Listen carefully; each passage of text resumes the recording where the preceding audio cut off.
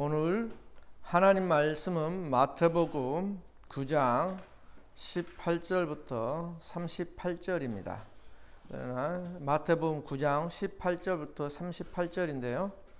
우리는 27절부터 34절까지만 읽겠습니다. 27절부터 34절 제가 먼저 읽을게요. 교독하십니다. 예수께서 거기에서 떠나실새 두 맹인이 따라오며 소리질러 이르되 다윗의 자손이여 우리를 불쌍히 여기소서 하더니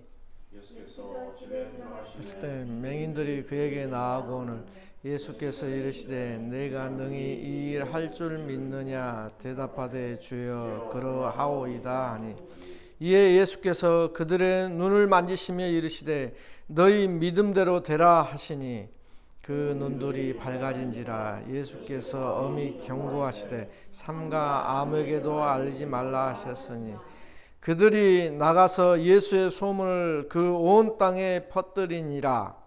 그들이 나갈 때 귀신 들려 말 못하는 사람을 예수께 데려오니 귀신이 쫓겨나고 말 못하는 사람이 말하거늘 무리가 놀랍게 여겨 이르되 이스라엘 가운데서 이런 일을 본 적이 없다 하되 바리새인들은 이르되 그자 귀신의 왕을 의지하여 귀신을 쫓아낸다 하더라. 아멘. 오늘 말씀은 우리가 이제 연속해서 8장 9장 자체가 10개의 기적을 모아놓은 성경의 마태복음에서는 10개를 모아놨는데 3개의 기적 다음에 제자도 설명을 하고 또 3개 기적을 베푸신 다음에 제자도가 나오고 오늘 마지막 10개의 기적 중에 4개의 기적이 나온 다음에 제자도가 나오는 겁니다. 근데 우리가 살펴보셔서 알다시피 이런 기적들이 왜 일어나는가, 이 10개의 기적이 왜 일어나는가, 이게 중요한 거죠. 하나님의 나라가 임했다는 선포가 있었죠. 새로운 언약의 선포가 산상수훈을 통해서 하나님 나라가 임하심을, 하나님 나라의 말씀이 이제 전파되심을 산상수훈을 통해서 말씀을 하셨어요. 그래서 이 하나님의 말씀, 하나님 나라가 이제 이 새 언약을 가지고 하나님의 말씀이 이제 퍼져나가는 모습을 보여주는 거예요. 어떻게 해서 이 하나님 나라의 말씀이 역사하는지, 하나님 나라가 어떻게 어떤 모습으로 우리에게 나타나는지, 그 모습 중에 하나가 이제는 뭐예요? 질병치유로 나타나는 거예요. 하나님 나라가 임했기 때문에, 그러니까 하나님이 오셨기 때문에 이 귀신의 세력이 물러나는 거예요. 죄로 인해서 병마가 왔던 이 병들이 다 물러나는 거예요. 이걸 보여주는 거예요. 그래서 산상수훈 바로 다음에 하나님께서 이 하나님 나라의 말씀을 가르치신 다음에 이 팔복을 가지고 있는 자가 누구냐? 이게 예수님이었잖아요. 진짜 팔복을 가지고 있는 자가, 그 다음에 진짜 소금과 빛의 역할을 하는 자가 누구냐? 예수님이잖아요. 그 예수님이 이제는 세상 속에 딱 들어왔을 때 어떤 현상이 일어나는가, 이걸 보여주는 게 10개의 치유 기적이란 말입니다. 그러나 우리가 계속해서 살펴봤다시피 치유가 목적이 아니죠. 이 치유를 통해서 예수님이 누구인가를 보여주는 거예요. 예수님이 메시아라는 것을 보여주는 거예요. 예수님이 이런 능력의 선지자라는 것을 보여주는 거예요. 그러므로 하나님 나라가 이제 옴으로써 우리들의 질병과 또 사탄으로부터 노임받게 되는 것, 또 다르게 표현하면 사탄의 통치가 무너지는 것, 이걸 보여주는 거죠. 사탄의 나라가 무너지는 것을 보여주는 거죠. 사탄의 통치의 강력한 통치의 방법이 뭐예요? 질병과 귀신 들림, 이 병마와 귀신 들림을 통해서 우리를 어떻게 해요? 사탄에게 얽매이게 하는 거죠. 올가매게 하는 거예요. 이런 것을 이제는 하나님께서 오심으로써 이걸 풀어버리는 거예요. 질병을 쫓아내고 귀신을 물리침으로써 하나님 나라의 모습이 이런 모습으로 장차 우리가 갈 하나님의 나라는 이런 모습인 거예요. 질병이 하나도 없고 아픔이 없고 눈물이 없는 것, 귀신이 거기에서는 설칠 수 없는 것, 이걸 보여준다는 겁니다. 그래서 우리에게 이 질병 치유를 보면서 그 하나님 나라를 동경하고 이 땅에서 정말로 우리가 아프고 힘들 때 그 예수님만을 붙잡을 때, 그 예수님을 만나게 될 때, 그 예수님이 나에게 은혜를 베풀 때 이렇게 치유된다는 걸 보여주고, 우리의 마지막이 이런 완전한 자의 모습으로, 불안한 자가 아니라 질병이 없는 자, 완전한 자의 모습으로 천국 생활을 할 수 있다는 미래를 보여주는 거예요. 완성된 천국을 보여주는 거예요. 그런 의미들이 있는 거예요. 자, 오늘 치유는 회장당 딸의 치유와 그 중간에 혈류병 여인의 치유가 나와요. 우리가 예전에 한번 이건 설교를 했어요. 그래서 간단하게 짚고 넘어갈 거예요. 회장당이라는 것은 하나의 그 회당의 우두머리잖아요. 유대인들에게서는 굉장히 존경받는 위치죠. 그래서 이 사람이 자기 딸이 12살이 됐대요. 그 이야기는, 오늘 이야기는 12살 이야기가 안 나오죠. 누가복음 8장 40절부터 56절에 똑같은 내용이 나와요. 거기에 자세하게 12살 되었다는 이야기가 나와요. 그렇게 12살 먹은 자기 딸을 살려달라고 하는 거예요. 죽게 되었다고. 그래서 예수님께서 그 딸을 치유하러 그 집으로 가는 도중에 사람들이 그냥 구름대처럼 막 예수님을 따라 몰려다니는 거예요.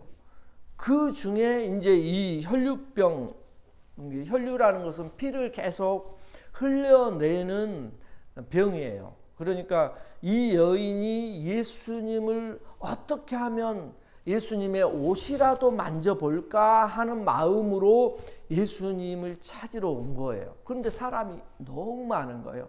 그 많은 인파를 자기가 삐집고 들어가서 예수님의 옷자락만 만져도 내가 나을 것이라는 그런 믿음으로 예수님의 옷자락을 만지니까 그 예수님의 능력이 그 여인에게 탁 흘러 들어가서 그 혈류병이 바로 만지자마자 피가 그치는 것을 느낀 거예요. 안 거예요. 그런데 예수님이 거기에서 끝났으면 좋은데 갑자기 찾는 거죠. 누가 내 옷을 만졌느냐. 그러면 주위에 제자들이 보디가드처럼 호위했을 거 아니에요. 사람들이 너무 막 몰려오고 그러니까 제자들이 놀린 거죠. 아니 예수님, 사람들 지금 주변 보십시오. 난리가 아닙니다. 그런데 누가 만졌는지 이 상황에 누가 합니까? 그러나 만진 자가 있다. 이제 이 이야기를 들었을 때 제자들은 황당해했지만 이 이야기를 들었을 때 혈류병 여인은 어땠을까요? 기분이 좋았을까요? 안 좋았을까요? 어땠을까? 좋았을 것 같죠. 그런데 혈류병 여인은 좋았을 수도 있겠죠. 그러나 불안했을 거예요. 왜 그러냐면 만지자마자 자기는 나았어. 너무 기쁘었어요. 그래서 야, 내가 고침받았구나. 예수님 옷을 만지자마자 고침받았고 좋았겠죠. 그건 좋았어요. 그러나 예수님이 찾으니까 불안했던 거예요. 불안했을 수도 있었을 거예요. 그런 상상력을 발휘해 보는 거예요. 왜 그러냐면 혈류병 여인이 사람을 접촉하면 안 돼요. 만지면 안 돼요. 그런데 자기는 혈류병, 왜 그러냐면 자기는 부정한 자가 돼 있잖아요. 우리 레이기 배웠잖아요. 부정한 자가 다른 사람을 만지면 그 사람도 어떻게 돼요? 부정한 자로 취급을 받아요. 그러니까 부정한 자라는 것은 죄를 전달을 시켜버렸다는 거예요. 그러면 부정이 전해진 거예요. 그러면 안 되죠. 부정한 자가 되면은 제사를 지내야 되는 거예요. 그러니까 그 부정한 자들은 자기들이 그런 혈류병자, 문둥병자도 마찬가지지만 소리를 쳐야 돼요. 나는 부정한 자요, 부정한 자요. 이렇게. 다른 말로 표현하면 이런 말이에요. 나 더러워, 나 더러워 이 말이에요. 부정한 자라는 말은. 나 더러운 사람이야 이 말이에요. 그러면 이제 그 사람하고 가까이 안 가는 거예요. 사람들이 피해 가는 거예요. 이제 그것을 해야 되는데 이 여자는 자기가 그 사람 많은 사람들의 인파 속을 자기가 다 만지면서 갔잖아. 부딪힐 수밖에 없으니까. 그리고 그런 부정한 상태에서 예수님을 또 만졌잖아. 그러니까 두려운 거죠. 나은 것은 기쁘지만 그래서 그 여인이 숨길 수가 없어서 이제 나타나서 이제 여인이 나타나잖아요. 그래서 예수님이 그에게 네 믿음대로 될지어다. 이렇게 선언을 하면서 이 여인이 이제 정말로 기쁨의 완전한 자로 기쁨의 사람으로 오늘 나타나는 거예요. 그런 다음에 다시 회당장 딸을 고치러 가죠. 달리다고 마고 소리치니까 그냥 살아나 버리잖아요. 죽은 여자가. 그러니까 이러한 모습을 보면 어때요? 예수님이 그런 자라는 거예요. 죽은 자도 살릴 수 있는 능력과 힘을 가진 자. 그죠? 그리고 부정한 자도 예수님께 오면 정하게 되는 능력의 예수님. 이걸 보여주는 거예요. 그러니까 우리가 죄를 가지고 예수님께 가면 그 죄를 예수님이 씻어줄 수 있는 능력이 있는 분, 우리가 죄로 인해서 영원히 죽을 수밖에 없지만 그 자리에서 우리를 죽음의 자리에서 생명의 자리로 우리를 살려낼 수 있는 분, 이거예요. 그러면서 오늘은 샌드위치처럼 해당장 두 딸 고치러 가는 사이에 혈류병을 앓고 있는 여자가 끼어 있잖아요. 이야기가. 그 이야기가 무엇을 또 가르쳐 주려고 하냐면 두 아버지를 비교하는 거예요. 하나는 육신의 아버지, 우리들을 가리키고요. 하나는 진짜 영적인 아버지, 예수 그리스도를 가리키는 거예요. 이 두 아버지의 모습을 보여주는 거예요. 그러면 우리의 아버지들은 어때요? 어머니도 마찬가지예요. 여기서는 부모의 모습을 나타내는 거니까. 우리는 어때요? 이 아버지는 능력이 없어요. 딸의 아픈 것을 고쳐주고 싶지만 그런 힘과 능력이 없는 모습으로 나타나요. 그러나 이 예수님은 힘과 능력이 없지 않는, 정말로 능력 있는, 정말로 모든 것을 갖고 있는 아버지로 나타나요. 왜 그러느냐? 이 육신의 아버지, 회당장 아버지는 자기 딸 때문에 걱정을 해요. 그러나 다른 사람들이 모두 피하고 도망 다니는 이 혈류병 여인이 찾아왔을 때 예수님께서 고쳐주고 그 여인에게 뭐라고 부른지 아세요? 딸아라고 불러요. 그 말씀을 읽어보면 딸아, 네 믿음이 너를 구원했느니라. 전혀 관계없는 이 여인을 나이로 따지면 누가 더 많아요? 여인이 더 많을 거예요. 예수님은 30대니까 이 여인은 30대가 넘었을 거예요. 12년 동안을 혈류병을 앓았으니까. 그러니까 이 여인에게 딸아라고 하는 것은 예수님의 위치가 어떤 위치인지를 보여주는 거고요. 그 다음에 전혀 모르는 여자한테 딸아라고 부르는 것은 이 여인에게는 무슨 의미냐면, 딸아 그러면 내가 너의 아버지로서 부르는 호칭이 딸아잖아요. 그렇기 때문에 내가 너의 아버지가 되어주겠다. 어떤 아버지? 너희가 필요한 모든 것을 해결해 줄 수 있는 아버지, 너희들의 영적인 문제뿐만 아니라 육적인 문제도 해결해 줄 수 있는 아버지, 그런 말이에요. 딸아, 그 말은. 그러므로 예수님이 너의 아버지가, 이 여인의 아버지가 되어주심으로써 딸아라고 부른 거예요. 나는 너의 아버지가 될 거다. 내가 너를 책임질게, 이 말이에요. 그래가지고 이 딸아, 이 두 의미는 내 딸이 죽게 되었나이다. 딸아, 네 믿음이 너를 구원하였느니라. 이 두 딸의 이름이 두 딸의 이야기가 나오는 이야기가 오늘 해당장 야이로의 딸 고치는 중간에 이 혈류병 여인의 치유의 가장 큰 의미예요. 우리의 영적인 아버지, 우리의 진짜 참 아버지가 되어주시겠다. 그래서 우리가 기도할 때 하늘에 계신 우리 아버지여 라고 부르게 한 거예요. 그 의미가 오늘 이 말씀 속에 있어요. 이것 다음에 이제는 두 소경 치유가 나오죠. 세 번째 치유예요. 두 소경 치유. 그 다음에 마지막이 두 벙어리 치유예요. 두 소경 치유와 벙어리 치유는 우리가 전번에 한번 배웠어요. 메시아가 임하시면 이 메시아 사역의 첫 대표적인 사역이 소경 치유예요. 소경 치유. 이사야 35장 5절에 그때의 맹인의 눈이 밝을 것이며, 그때라는 것은 메시아가 오실 때 이야기예요.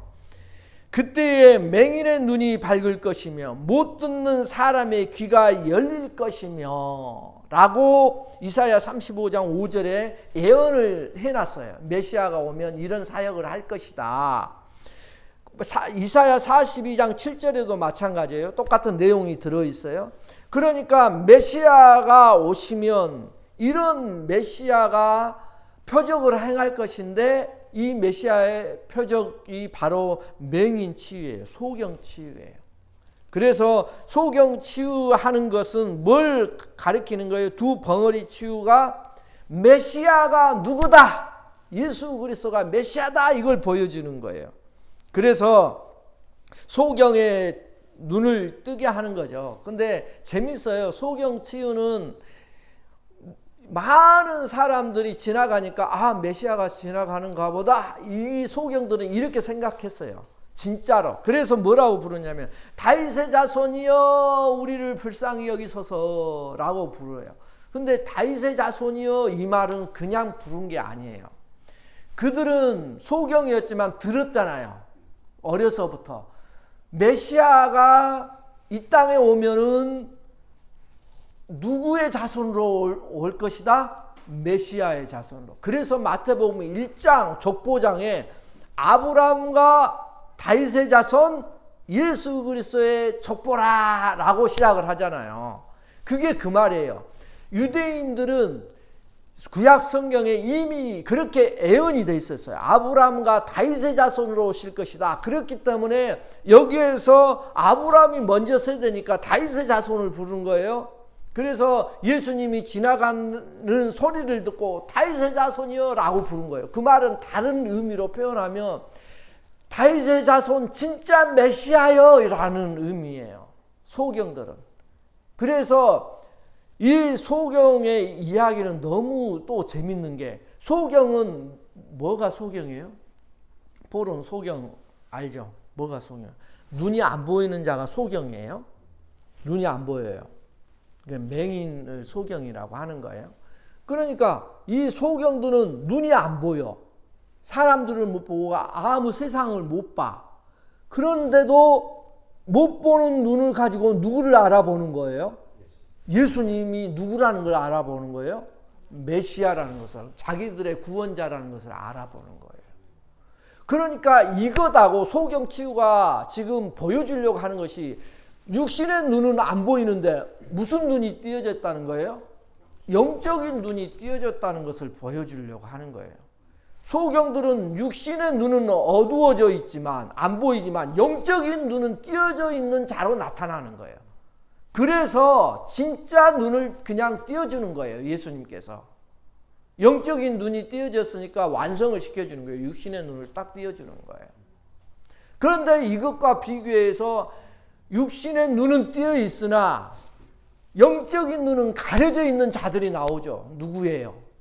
서기관과 바리새인이라고 대표적으로 나오는 거예요. 그 다음에 예수를 십자가에 못 박으셔서 이렇게 예수님을 그렇게 졸졸졸 따라다니는 사람들이 육신의 눈은 띄어 있지만 그들은 누구라는 거예요? 소경이라는 거예요. 이걸 지금 두 소경 치유에서는 말씀하고 싶은 거예요. 그러면 우리는 질문을 하는 거죠. 너는 육신의 눈 뜬 사람이니 그러면 영적인 눈까지 지금 떠 있니? 이 말을 하고 싶은 거죠. 너 예수님 알아보니? 다른 말로 너 성령님이 네 안에 계시는 거 아니? 이거 물어보는 거예요. 이게 그 의미란 말이에요. 네 마음속에 성령님이 계시는 거 너 날마다 느끼며 사니? 근데 우리는 매일매일 생활하면서 이거 깜빡깜빡 하잖아요. 그냥 성령님이 내 안에 계시다는 것을 깜빡하잖아요. 어쩌다 기억이 날 때 있잖아요. 그걸 의미를 하는 거예요. 그래서 이 소경치유는 우리들에게 그 말씀을 들려주는 거예요. 네 마음속에 예수님이 지금 같이 있다는 걸 너 영적으로 볼 수 있니? 못 보니? 이거예요. 그것이 소경치유예요. 벙어리 치유도 간단해요. 메시아의 대표적 치유예요. 이사야 35장 6절에 보면 예언이에요. 메시아 예언. 그때 저는 자는 사슴같이 뛸 것이며 말 못하는 자의 혀는 노래하리니. 말 못하는 자가 노래하게 된대요. 이는 광야에서 물이 솟겠고 사막에서 시내가 흐를 것임이라. 이 예언이 메시아의 예언이에요. 그러면 말 못하는 자, 이게 벙어리잖아요. 그죠? 말 못하는 자가 노래한대요. 이 메시아가 오면 그 말은 말을 할 수 있게 된다는 거예요. 말을 할 수 있게 되니까 노래를 하는 거예요. 찬양하는 거예요. 그래서 벙어리 치유의 목적은 하나님을 찬양하게 하기 위한 거예요. 하나님을 찬양하게 하는 거예요. 그래서 이사야 43장 21절에 이 백성은 이스라엘 백성을 말해요. 그러면 요즘 말로 따지면 예수 믿는 나의 백성은 이 말이에요. 내가 나를 위하여, 그러니까 하나님이 자기를 위하여 지었대요. 우리를. 하나님이 나를 위하여, 내가 나를 위하여 지었나니 나를 찬송하게 하려 함이니라. 왜 지었느냐? 하나님을 찬송하게 하기 위하여 우리를 지으셨다. 이 말이에요. 다른 말로 왜 벙어리를 치유하시느냐? 하나님을 찬양하게 하기 위해서, 하나님을 찬송하게 하기 위해서 벙어리를 치유하셨다. 이 말이에요. 그러면 우리의 벙어리 되면 무엇인가? 이것이 또 있겠죠. 우리의 벙어리 되면 뭐예요? 우리의 벙어리 됨?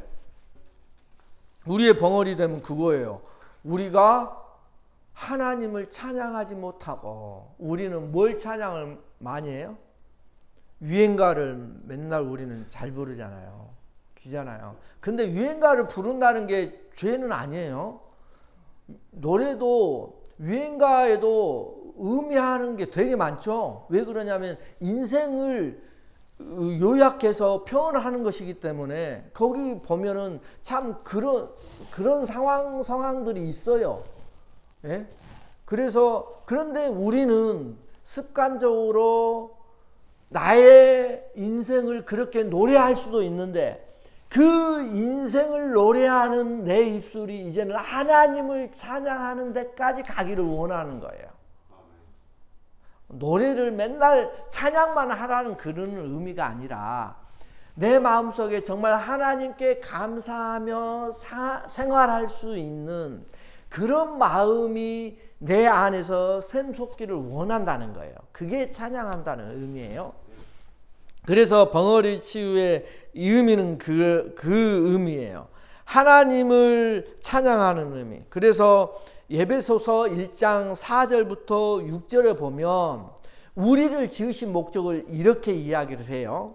곧 창세전에 그리스도 안에서 우리를 택하사 우리로 사랑 안에서 그 앞에 거룩하고 흠이 없게 하시려고 그 기쁘신 뜻대로 우리를 예정하사 예수 그리스도로 말미암아 자기의 아들들이 되게 하셨으니 우리를 그렇게 하셨잖아요.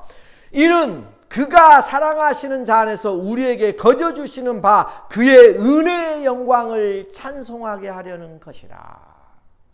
그러니까 우리가 예수 믿고 예수님의 자녀가 되게 하신 이유는 뭐냐? 그의 은혜, 하나님의 은혜, 예수 그리스도의 은혜의 영광을 찬송하게 하려는 것이다. 그게 하나님의 목적이에요. 소경 치유와 벙어리 치유는 우리 영의 눈을 떠야, 영적인 눈을 떠야 입이 열려서 하나님의 은혜를 찬미하고 증거할 수 있다는 거예요. 그죠? 눈이 뜨여져, 내 눈이 뜨여서 보여야 하나님을 찬양할 수 있죠.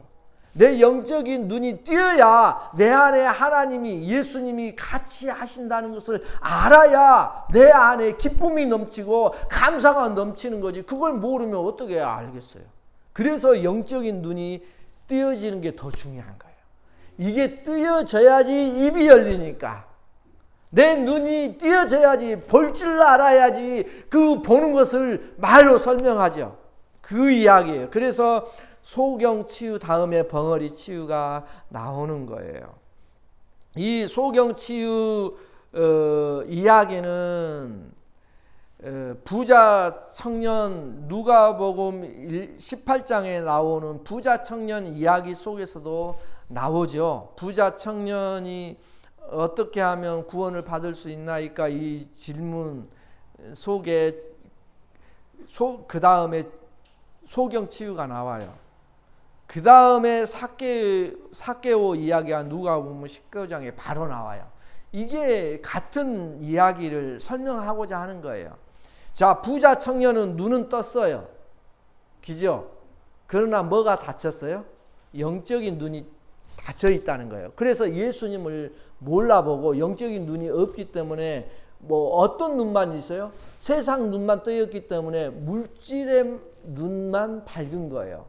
영적인 눈이 없어서. 그래서 물질 때문에 예수님을 쫓아요? 못 쫓아요? 못 쫓아요. 그런데 재미있는 것이 소경 치유 다음에 삭개오 이야기를 바로 넣은 것은 삭개오가 바로 소경이 치유된 자의 모습으로 나타나요. 왜? 같은 눈은 떴지만 영적인 눈을 이야기해주고 싶은 거예요. 삭개오는 예수님이 찾아가시니까, 삭개오를 찾아가서 만나주시니까 삭개오는 바로 예수님께 뭘 해요? 회개를 해요. 내가 도둑질한 것이 있으면 4배나 갚겠나이다. 그러니까 영적인 눈이, 예수님이 찾아오셔서, 예수님은 우리에게 찾아오셨잖아요. 성령으로 찾아오셨잖아요. 이렇게 찾아오셔서 내 영적인 눈이 띄어지니까 이 삭개오를 말하는 거예요. 삭개오는 나를 말하는 거예요. 네가 삭개오다, 이렇게. 예수님이 나에게 찾아왔어요. 삭개오에게 찾아왔어. 그러니까 영적인 눈이 띄어졌어. 띄어지니까 회개를 하는 거예요. 진정한 회개를 하는 거예요. 진정한 회개를 뭘로 보여주느냐? 물질로 보여준 거예요. 왜? 부자 청년은 세상에서 지금 사단이 가장 크게 이용하는 것이 맘모니즘이라고 하는 거예요. 물질주의. 돈이면 세상 최고다. 돈이 최고다 라고 이야기를 하는 거예요. 돈이 최고가 아니죠.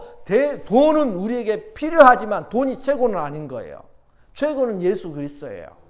그러니까 돈이 최고다라는 것이 육신의 눈만 띄어 있으면 돈이 최고다라는 것만 보여요. 그래서 영적인 눈이 안 띄어진 부자 청년은 회개를 못해. 물질을 내려놓지를 못해. 그러나 이 삭개오는 예수님이 찾아와서 영적인 눈이 띄어지니까 물질을 내려놓게 돼요. 아니, 자기가 도둑질한 거 4배를 갚으면 삭개오는 파산을 하는 거예요. 그런데도 그렇게 하겠다는 거예요. 그래가지고 영적인 눈이 띄어진 자로 나타나는 거예요. 그래서 우리가 하늘의 가치에 눈을 뜨면, 보이지 않는 하늘의 세계를 알게 되면, 성경에서 말하는 그 천국을 알게 되면, 예수 그리스도를 알게 되면, 보이지 않는 성령을 깨닫게 되면 성령이 종이 되는 거예요, 우리가. 이게 소경 치유의 의미예요. 지금 누가복음 그 부자 청년의 18장, 19장의 이야기가, 하늘의 가치에 눈을 뜨면 우리는 성령의 종이 돼요. 그래서 이 땅의 집착을 다 버리고 예수 그리스도를 따를 수 있는 거예요. 예수 그리스도를 우선순위 둔다는 말이에요. 그 다음에 하늘의 가치에 눈을 못 뜨면 이 땅의 집착을 놓지 못하고 결국은 물질의 종이 된다는 거예요. 이게 부자 청년의 이야기예요. 그 이야기하고 소경 치유가 계속해서 이어지는 거예요, 이렇게. 그러나 아무리 하늘의 가치를 우리가 말해주고 영원한 가치를 설명해주고 보여주어도 이 땅이 전부인, 물질이 전부인 소경들은, 이 땅의 사람들은 아무것도 내려놓지 못할 수 있다는 것을 보여주는 거예요. 그 이야기예요. 그래서 예수 그리스도는 왜 소경치유를 메시아의 표적으로 이렇게 예언하셨고 또 그렇게 직접 오셔서 치유하셨는가? 아까 말했듯이 우리는 먼저 육신의 눈보다 더 중요한 게 어떤 눈이다? 영적인 눈이다. 영의 눈이 띄어야 하늘의 세계를 볼 수가 있고, 영적인 세계 하늘을 알 수 있어야 예수 그리스도와 함께 동행할 수가 있다는 거예요. 그렇기 때문에 영적 눈은 뭘 말하는 것이냐? 성령의 깨달음을 이야기를 하는 거예요. 하늘의 세계를 깨닫는 거예요. 성경을 깨닫는 거예요. 진리를 깨닫는 거예요. 이걸 말하는 거예요. 영적인 눈이 띄어졌다는 것은 성경을 깨닫고 알게 되고 진리가 무엇인지를 알게 되는 거예요. 그걸 딱 알게 되면 어떻게 되는가? 이게 하나님이 원하시는 거예요. 에베소서 1장 17절부터 19절. 우리 주 예수 그리스도의 하나님 영광의 아버지께서 지혜와 계시의 영을 너희에게 주사. 지혜와 계시의 영이 뭐예요? 성령이죠. 너희에게 주사 하나님을 알게 하시고, 이게 목적이라니까요. 하나님을 알게 하시고 너희 마음의 눈을 밝히사. 영적인 눈을 여기서는 너희 마음의 눈이라고 다시 바꿔서 표현했죠. 너희 마음의 눈을 밝히사 그의 부르심의 소망이 무엇인지, 왜 우리를 예수 믿게 했는지 이 말이에요. 부르심의 소망이 무엇인지, 성도 안에서 우리들끼리 그 기업의 영광의 풍성함이 무엇이며, 그게 우리의 기업이 무엇이 우리의 기업인지, 그게 하늘나라가 우리의 기업이잖아요. 그 영광이 얼마나 큰 것인지, 얼마나 풍성한 것인지 이걸 깨닫게 하시고, 그의 힘의 위력으로, 예수 그리스도의 성령의 힘의 위력으로 역사하심을 따라 믿는 우리에게 베푸신 능력의 지극히 크심이 어떠한 것을 너희로 알게 하시기를 구하노라. 이게 바울이 소원한 거예요. 이게 예수님 우리를 향한 소원이에요. 이걸 알아야 영적인 눈이 띄어졌다고 하는 거예요. 우리의 마음의 눈이 밝혀졌다는 거예요. 그래서 바울은 에베소 성도들이 하나님의 지혜와 계시의 영으로 마음의 눈이 열리기를 이렇게 간절히 기도하고 있는 거예요. 그리고 또 사도행전 26장 17절 18절에 이스라엘과 이방인들에게 내가 너를 구원하여 그들에게 보내어 그 눈을 뜨게 하여. 자, 이스라엘 사람들 또 이방 사람들 이들을 구원하는 목적이 뭐냐 이 말이에요. 우리를 예수 믿게 하는 이유가 뭐냐? 사도행전에서 같은 내용이에요. 그 눈을 뜨게 해서, 그 눈은 이 눈이 아니죠. 우리 뜨고 있으니까 영적인 눈이에요. 마음의 눈. 그 눈을 뜨게 해서 어둠에서 빛으로. 우리가 세상 사람들이 전부 다 우리도 어둠 속에서 살아가고 있는 거예요. 그 어둠에서 빛으로. 사탄의 권세에서, 어둠 속이 사탄의 권세거든요. 사탄의 권세에서 하나님께로 돌아오게 하고, 그렇게 해서 죄 사함과 나를 믿어, 예수 그리스도를 믿어 거룩하게 된 무리 가운데서 기업을 얻게 하리라 하더이다. 기업이 뭐예요? 하늘나라 기업. 우리가 영원히 살 곳, 그 하늘나라를 우리에게 주고 싶다 이 말이에요. 그걸 우리는 기다리면서, 그걸 바라보면서, 그걸 소망하면서 이 땅에서 어려움이 있을 때 요 약속을 보고 이겨내라는 거예요. 아, 이 땅에서는 내가 기업이 하나도 없지만 진짜 기업이 있구나.